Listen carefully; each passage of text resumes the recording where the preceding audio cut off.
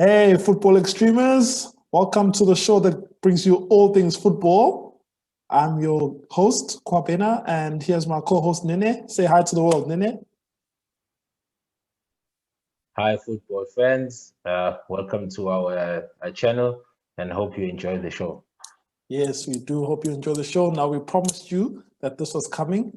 We're bringing you our deadline day drama that's happening all around the world and more especially in the English Premier League. So, we're going to start off our deadline day drama update with what's happening at Arsenal. Nene, let us know what's Arsenal's deadline day moves.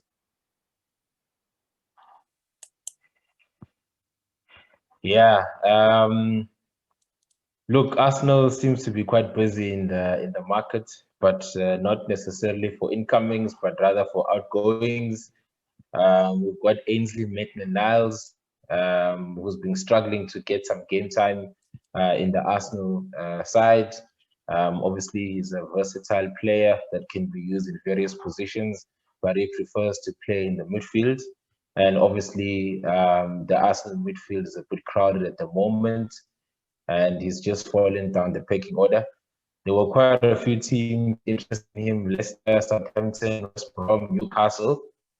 But Leicester fell through, which was his first choice, because they seem to be a rival to Arsenal's hopes of a European spot. So they did not want to be seen as strengthening the rival per se. And then Southampton, they figured that they wanted to use him as a cover for right back, and obviously the player wasn't interested in playing in the right back position. He was to play in the midfield.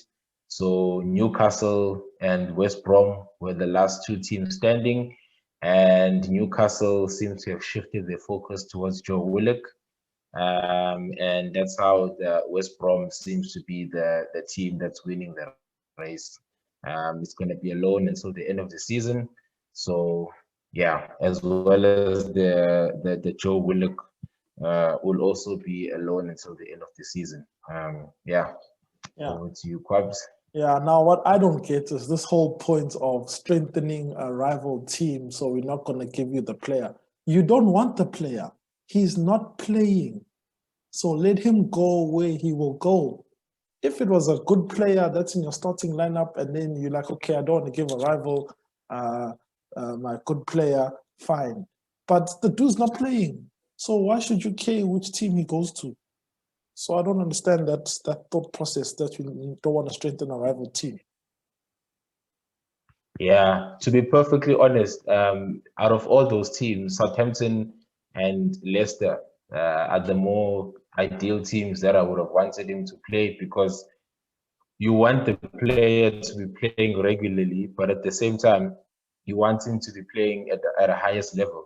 Yeah. And with West Brom trying to survive relegation, Newcastle trying to survive relegation, I don't really know whether those two teams are ideal for him. I felt like a Leicester team that's pushing for something might help him up his game a bit more. Yeah. Yeah. Sure. And then what's going on with Mustafi and Kolasinac? So it looks like Arsenal seems to be cutting the dead weight or just trimming the fat, it seems, because now it looks like they're just offloading all the players that are not playing. Yeah, man. We've had a history of average players, and look, it's about time that they did something about it. So yeah, Kolasinac is gone, along with your Socrates and your Ozil, who've had their contracts terminated by mutual consent. Yeah.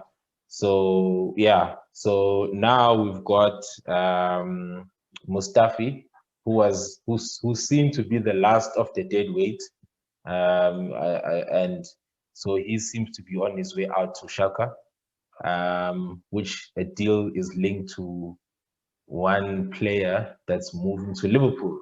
Yeah. Yeah. From the looks of things. Yeah, it looks like that deal there is helping another. So they don't want to help a rival, but the Mustafi release is going to help Liverpool in a big way. So that's what's going to happen with them. So what do you think will be Arsenal's outlook in the end of the season, or how are they going to finish with all these signings? Yeah, look, because of the left back situation, that seems to be one of the key points that Mikel is looking to strengthen. So they're still busy trying to see if they can land this guy, Ryan Bertrand, from Southampton, as cover for Kieran Tierney. So it's interesting to see if they'll be able to land that deal. So yeah, because before, you remember last season, they were using Saka at left back when Tierney was out and Kolasinac was out or not performing. So yeah, it'd be interesting for us to get a proper cover at left back, especially with Premier League and Europa League games coming up. Yeah, so yeah, if we can get him, then we'd be looking good. And for me, as I said initially, as long as we're climbing up the table, I'm happy. But the most important thing is to lead into the top six. To finish sixth, it's an improvement. But look, I think Mikel is trying to get top four. That would be bonus.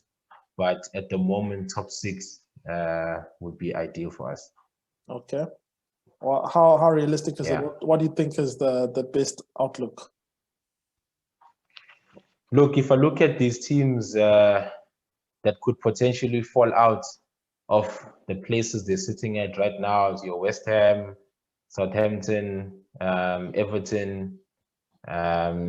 Yeah.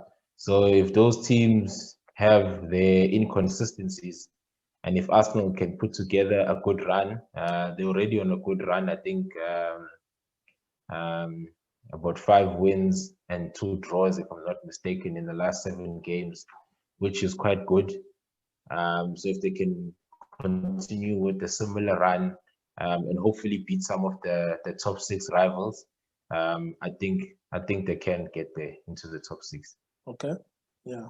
Yeah. Well, let's hope this activity of trimming the fat on the last day of transfer window can help Arsenal improve and just start looking up in the table, because the top 4 looks way different without the Gunners there, man. With all these other teams challenging at the top, the Gunners need to come back. The Gunners really do need to come back. Yeah, no, we have to come back. I mean, as I've said it before, we've got a long period of time with just average players, with like 1 or 2 players, like, you know, shooting the lights out, and then you've got a whole host of just average players. So if the guys can start pulling the socks, Nicolas Pepe, you know, guys need to start earning their keep. Lacazette, Aubameyang, Smith Rowe, Saka, Thomas Partey. You know, it's been a while since we can actually throw around names for the Arsenal team. You know, so it's really good that you know, I think this is the best team we could ever have in the current situation. So yeah, I mean, if we can get to 6th, then that's a good start. And then next season we can see whether we can push on into the top 4 or not. But anything outside the top 6 will be failure. And yeah, there'll be yeah, it's just failure for me. Okay. Yeah. Okay. Well, Arsenal, pull up your socks. Thanks, football extremists. That's been our first transfer update on transfer deadline day. There's going to be more updates surrounding Liverpool transfers, Man City transfers, Tottenham Hotspurs activity.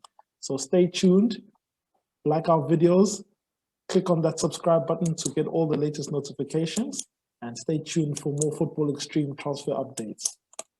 Cheers, everybody. See you soon, guys.